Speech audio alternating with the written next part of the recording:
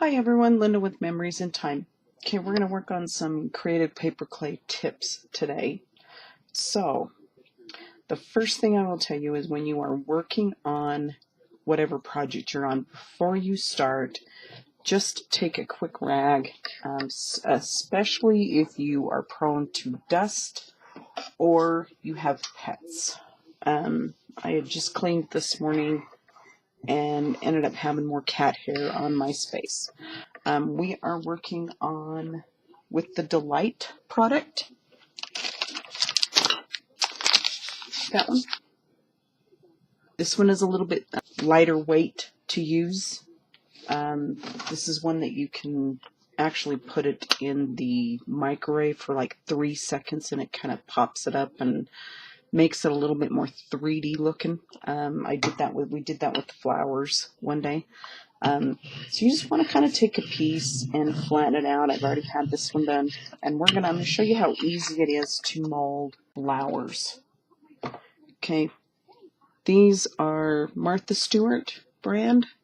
I've got just a couple of them. All you are simply going to do is I take just a little bit of the product off from the flattened piece, and I am just going to kind of put it in there. And then I'm going to take the excess around the edges and make it smooth. That kind of allows me to then be able to put the product a little bit more into the mold like this so that there isn't any edges. And then the back, you just flatten out the back, and then when you take it out, there you go. And then all you need to do is I put it aside to let it dry. It's not going to take as long to dry. You have a lot and it's a little bit thinner. You can go ahead and just tuck it into the top like this. Pull some of the extra off, but if you need to make it a little bit thicker, you can do that. I love to use these for scrapbooking embellishments, when I'm working on bigger projects. Easter's coming up, so I would use those on Easter cans. This is actually going on another project that I'm working on. I can't wait to show you. It's going on my design team project with my Creative Paperclay here in the next little few weeks, actually. First part of the month. And anyway, you just take this off and there you go. You got a couple of this style. So that's how easy it is to use the Delight product. Very easy, very simple to use. You can tell I don't use like a ton of it. I used just a little bit. This is one brick. I still have all this left. I'm going to fold it, and really I'm going to just stick it in my container so that when I need it later on, I have it for use later on. Okay, I'm going to show you the same exact technique using just a little bit of the Creative Paperclay product instead of using the Delight.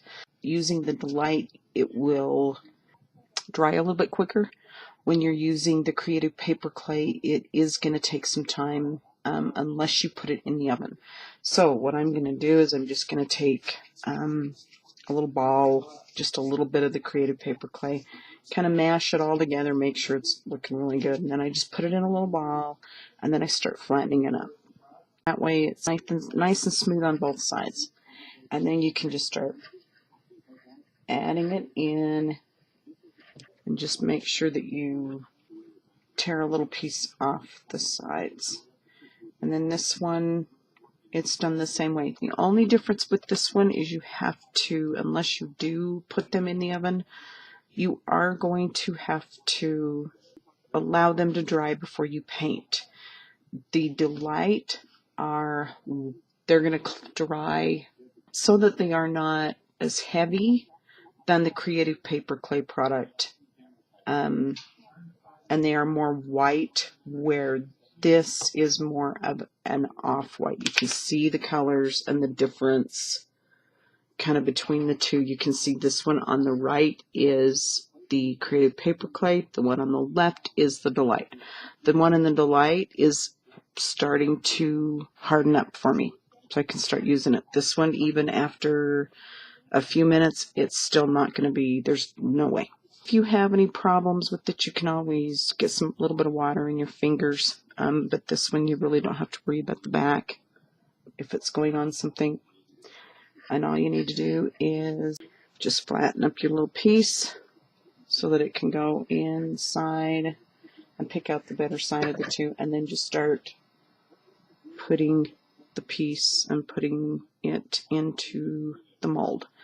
Molds can come in all kinds of different shapes.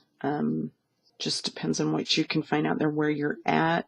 I know Martha Stewart has some different molds. I am going to find some different ones and kind of share them with you on my blog. You can just see how much fun they are to be able to customize. Make these up ahead of time if you know that there are shapes that you absolutely... And this is Linda with Memories in Time. Thanks a lot for stopping by, you guys. Have a great rest of your day.